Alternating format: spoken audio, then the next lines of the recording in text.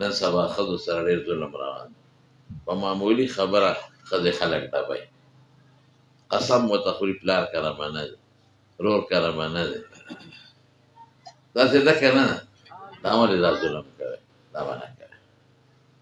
ښځې د خدای په امان تاسو په نکاح کې راغلي، په خپل زړه لاس کښېږده چې ستا لور ته څوک کنځل کوي ته خفه کېږې که نه، ستا خور ته څوک کنځل کوي خفه کېږې که نه، ستا خور لور سره څوک ظلم کوي ستا په کور یې بندۍ خفه کېږې که نه. دا هم د چا لور خور ده؟ بلکل به زیاتې خلکو ښځو سره ډېر زیاتې شروع کړې، په معمولي خبره یې ډبوي. وایي پلار کریم نه پرېږدي، دا به نه کوي. او زنانه چې د ما واده وړي هغوی ته هم زه دا درخواست کوم چې د خاوند به قدر کوئ، د سخر خواښې به قدر عزت کوئ.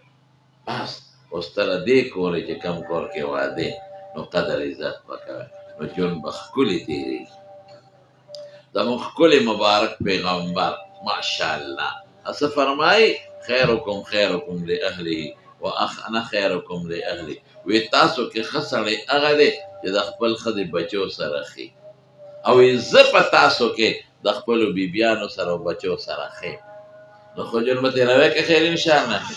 او زنانه دې زما اواز واورئ، بچې د خپل بچو د مور پلار هم به قدر کوئ او سخر خواښې به هم قدر او عزت کوئ.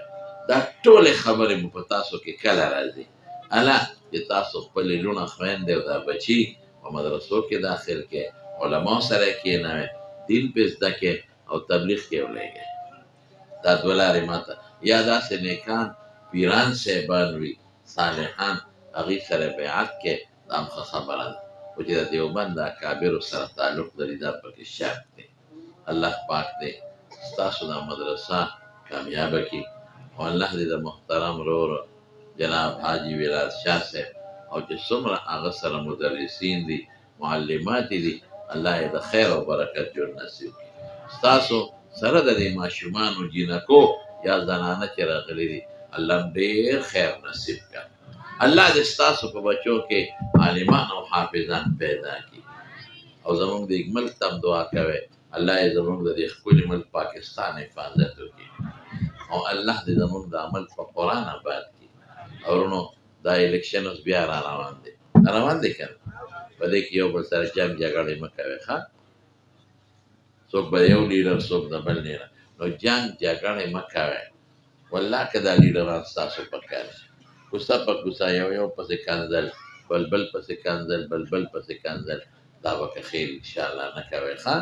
د ورورولۍ په ماحول کې دا خپل الیکشن، زه راته نورې سیاسي خبرې نه کوم، خو دا درته وایم ځکه دې کې د هرې پارټۍ خلک دي دوستان دي چې جنګ جګړې به نه کوئ، پردي لیډر پسې کنځل به نه کوئ. لیډران به سبا ټول بیا په یو میز ناست دي او تاسو به یو بل له ځان سره دښمنۍ پیدا کړئ، دا به نه کوئ که خیر ښه. ټیک ټاک پېژنئ؟ څه ته وایي؟ نو لکه زه چې ما ته ټیک ټاک څوک معنا وکړي پیالې چای پې څښم. ها زه یې درته معنا کومه.